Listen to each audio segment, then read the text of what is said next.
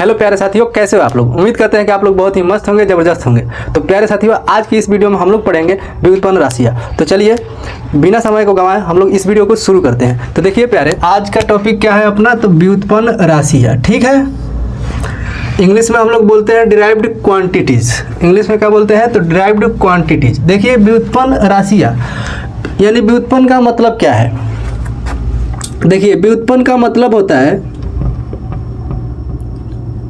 व्युत्पन्न का मतलब होता है कि किसी चीज से मिलकर बनना। क्या होता है, किसी से मिलकर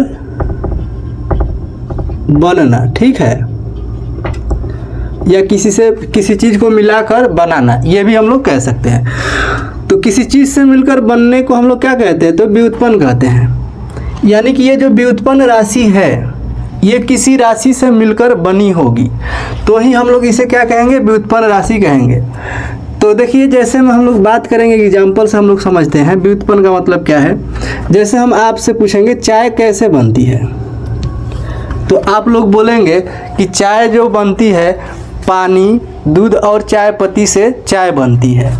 किससे बनती है, तो दूध पानी और चीनी से क्या, चाय पत्ती से क्या बनती है, तो चाय बनती है। ठीक है, तो यहाँ पर चाय मिलकर बनती है, यानी कि ये क्या है, व्युत्पन्न हुई है। किससे व्युत्पन्न हुई है, तो दूध पानी और चाय पत्ती से क्या हुई है, चाय, तो व्युत्पन्न हुई है। ठीक इसी तरह से हम लोग कहेंगे कि व्युत्पन्न राशियाँ जो है इसमें अगर बात करेंगे इसी तरह से, देखो जैसे क्षेत्रफल होता है, क्षेत्रफल, तो आप लोग बोलोगे कि क्षेत्रफल जो होता है लंबाई गुना चौड़ाई होता है। ठीक है, क्षेत्रफल क्या होता है, तो लंबाई गुना चौड़ाई होता है। यानी कि आप कहेंगे कि लंबाई और चौड़ाई के गुणनफल से मिलकर क्या बना है, क्षेत्रफल बना है। ठीक है, यानी कि क्षेत्रफल भी क्या है, यह भी किन्हीं राशियों से मिलकर बनी है, यानी कि यह भी क्या है, व्युत्पन्न हुई है। ठीक है, तो हम लोग कहेंगे कि क्षेत्रफल जो है कैसी राशि है, तो व्युत्पन्न राशि है। ठीक है, तो प्यारे ध्यान दो, यहाँ पर व्युत्पन्न राशि किसे कहते हैं। देखो इसका डिफिनेशन है, जो भौतिक राशियाँ मूल राशियों पर निर्भर होती है उसे हम लोग कहते हैं व्युत्पन्न राशि। या इसी को हम लोग ऐसे भी कह सकते हैं कि जो भौतिक राशियाँ मूल राशियों से मिलकर बनी होती है उसे हम लोग कहते हैं व्युत्पन्न राशियाँ। ठीक है, जैसे अगर बात करेंगे यहाँ पर क्षेत्रफल की, तो देखिए ये क्षेत्रफल जो है इसमें लंबाई जो होता है क्या होता है, तो लंबाई मूल राशि होती है। ठीक है, और ये चौड़ाई क्या है, चौड़ाई भी एक प्रकार की लंबाई ही होती है।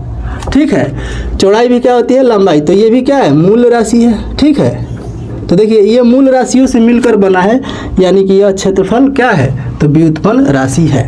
ठीक है, तो ऐसे ही हम लोग क्या करते हैं, एग्जाम्पल लेते हैं। देखिए क्षेत्रफल जो होता है क्या है, तो व्युत्पन्न राशि है। आयतन भी क्या है, तो व्युत्पन्न राशि है। घनत्व भी क्या है, तो व्युत्पन्न राशि है। चाल, वेग, ये सभी क्या है, तो व्युत्पन्न राशि है। ठीक है, अगर हम बात करेंगे चाल का, कि चाल कैसे व्युत्पन्न है। देखिए चाल बराबर आप लोग जानते होंगे कि दूरी बटे क्या होता है, समय होता है। अगर बात करेंगे दूरी क्या है, तो दूरी एक प्रकार की लंबाई है। अगर आप अपने घर से कॉलेज जाते हो तो घर से कॉलेज तक की दूरी को हम लोग एक तरह से लंबाई ही तो कहेंगे। क्या कहेंगे, लंबाई कहेंगे। ठीक है, तो दूरी क्या है, तो यह भी एक प्रकार की लंबाई है। ठीक है, तो लंबाई जो होती है क्या होती है, मूल राशि होती है। ठीक इसी तरह से समय क्या है, तो समय भी क्या है, मूल राशि है। यानी कि यह भी मूल राशियों से मिलकर बना है। यानी कि चाल भी क्या है, तो चाल किसी से मिलकर बना है, यह व्युत्पन्न राशि है। ठीक है, तो देखो प्यारे, ऐसे ही हम लोग समझेंगे। क्षेत्रफल क्या हो गया, व्युत्पन्न राशि। आयतन, ये सभी क्या है, तो व्युत्पन्न राशि के उदाहरण है। इसे आप लोग याद रखिएगा। अब देखिए यहाँ पर हम कुछ व्युत्पन्न राशियाँ ले लेते हैं और उनके सूत्र लिखते हैं और यहाँ पे मात्रक लिखते हैं। ठीक है, जिसे आपको याद रखना है, जो इम्पोर्टेंट है एग्जाम के लिए उतना ही हम लिखेंगे। ठीक है ना, तो देखिए पहला जो है क्षेत्रफल। क्षेत्रफल को आप समझ गए, क्षेत्रफल का सूत्र क्या होता है, तो लंबाई गुणे चौड़ाई। देखिए लंबाई को हम लोग क्या लिखते हैं, मीटर लिखते हैं। ठीक है, और चौड़ाई को क्या लिखेंगे, देखिए चौड़ाई भी क्या है, एक तरह की लंबाई ही है। तो लंबाई का मात्रा क्या होता है, मीटर होता है। ठीक है, तो मीटर में गुणा होगा तो क्या हो जाता है, मीटर स्क्वायर हो जाता है। ठीक है। तो इसलिए क्षेत्रफल का मात्रक क्या हो जाता है, मीटर स्क्वायर। ठीक इसी तरह से समझना है आयतन। आयतन बराबर होता है सूत्र लंबाई गुना चौड़ाई गुना ऊंचाई। ठीक है, तो लंबाई चौड़ाई और ऊंचाई ये तीनों सभी एक ही तरह की क्या है, तो लंबाई है। एक तरह की सभी क्या है, तो लंबाई है। और लंबाई को किस में मापते हैं हम लोग, तो मीटर में मापते हैं। यानी कि इसको भी मीटर में मापेंगे, चौड़ाई को भी मीटर में मापा जाएगा और ऊंचाई को भी मीटर में।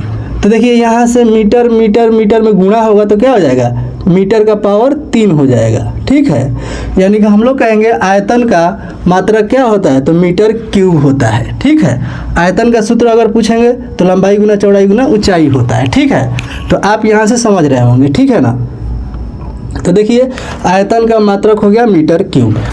इसी तरह से घनत्व बराबर क्या होता है, यानी कि घनत्व का सूत्र क्या होता है, द्रव्यमान बटे आयतन। अब देखिए यहाँ पर द्रव्यमान क्या होता है, मूल राशि है, और आयतन क्या है, तो देखिए आयतन जो है व्युत्पन्न राशि है। ठीक है, देखिए घनत्व का फॉर्मूला होता है यानी सूत्र द्रव्यमान बटे आयतन। अब देखिए द्रव्यमान का मात्रक क्या हो जाता है, तो केजी होता है, या द्रव्यमान को हम लोग किस में मापते हैं, तो केजी में मापते हैं, तो केजी हो गया। और आयतन का मात्रक अभी अभी हम लोग सीखे हैं क्या होता है, तो मीटर क्यूब होता है।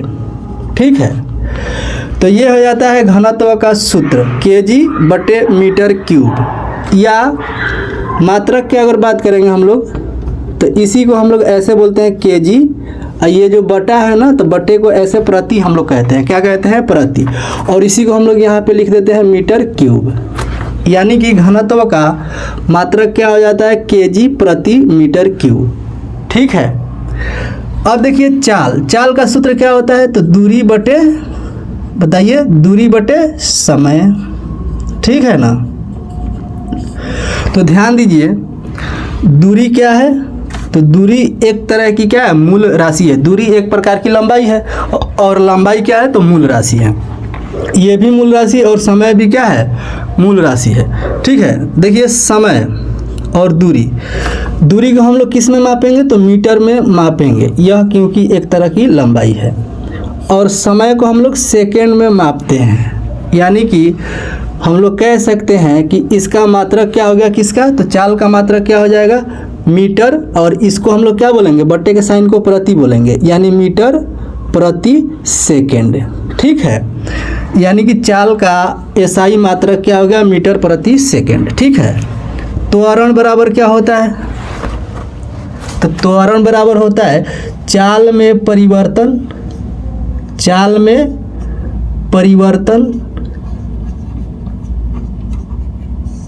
बटे में, चाल में परिवर्तन बटे में क्या हो जाता है, तो समय हो जाता है। तो देखो प्यारे, त्वरण का सूत्र होता है चाल में परिवर्तन बटे समय। अब देखो चाल में परिवर्तन का मतलब है कि चाल का सूत्र क्या होता है, मीटर बटे, यानी कि m बटे s हम कह सकते हैं, यानी कि m बटे s। अब देखिए ये बटे का साइन है, तो बटे का साइन हम लोग देंगे, और बटे में क्या है, समय है। समय को किस में हम लोग मापते हैं, तो s में मापते हैं, यानी सेकेंड में। ठीक है, अब देखिए मीटर, और इसके नीचे कुछ नहीं है तो 1 है। देखिए मीटर से 1 में गुणा होगा तो क्या हो जाएगा, मीटर होगा।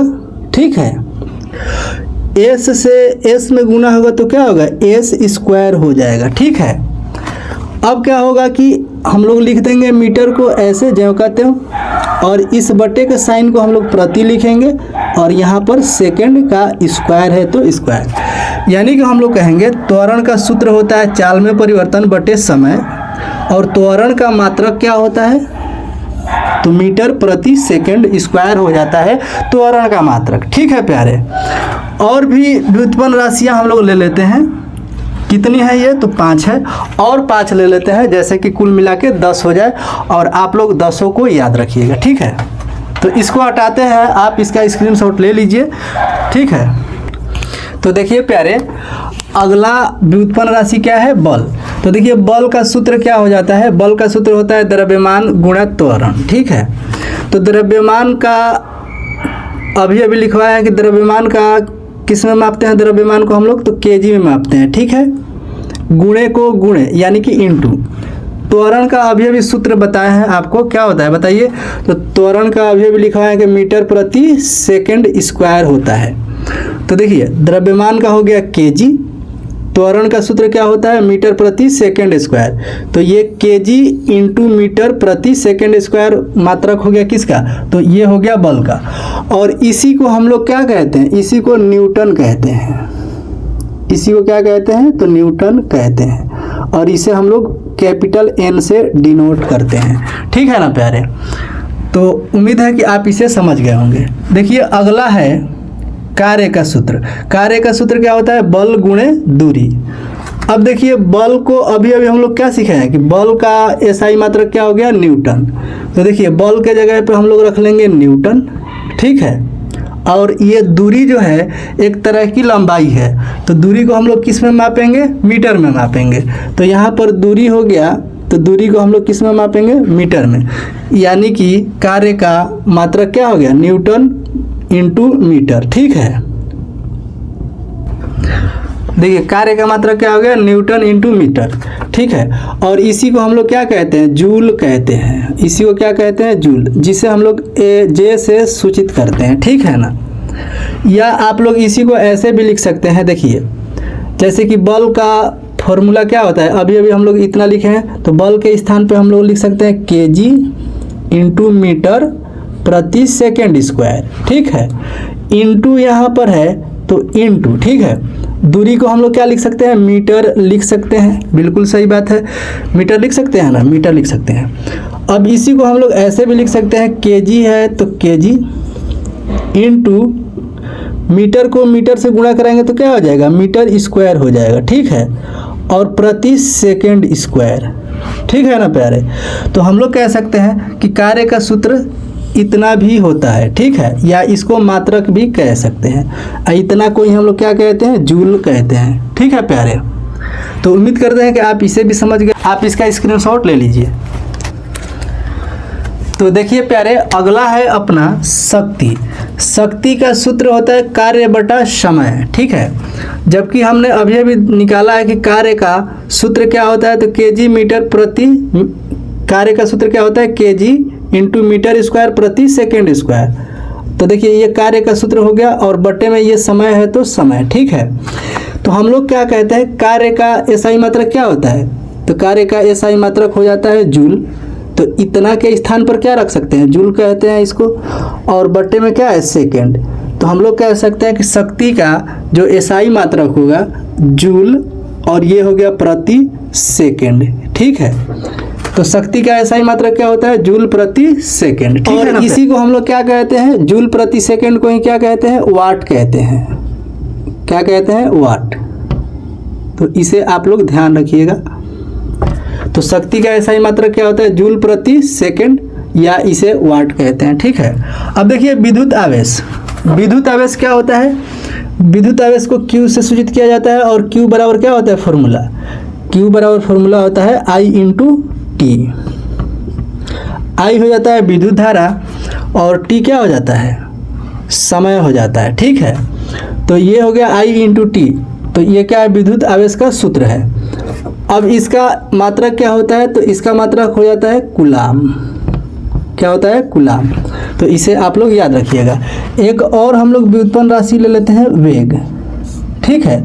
वेग बराबर क्या होता है, यानी वेग का सूत्र होता है विस्थापन। क्या होता है, विस्थापन बटे समय। तो ध्यान दीजिए, विस्थापन एक तरह की क्या होती है, तो विस्थापन एक तरह की दूरी होती है, और दूरी एक तरह की क्या होती है, लंबाई। यानी विस्थापन को हम लोग मीटर में लिखेंगे। ठीक है। और समय को हम लोग सेकंड में लिखेंगे। यानी कि वेग का मात्रक क्या हो जाएगा, मीटर प्रति सेकंड। ठीक है। तो ये हो गया वेग का मात्रक, और ये हो गया विद्युत आवेश का मात्रक, और ये हो गया किसका, तो ये हो गया शक्ति का एसआई मात्रक। ठीक है ना प्यारे। तो उम्मीद करते हैं कि आप लोगों को व्युत्पन्न राशियाँ समझ में आई होगी। अगर किसी भी तरह का डाउट रहता है तो आप अपना डाउट कमेंट बॉक्स में लिख दीजिए, जिसका उत्तर हम आपको दे देंगे। तो चलिए प्यारे, इस वीडियो में इतना ही, फिर मिलते हैं अगली वीडियो में। तब तक के लिए सीखते रहिए और इस चैनल को सब्सक्राइब कर लीजिए।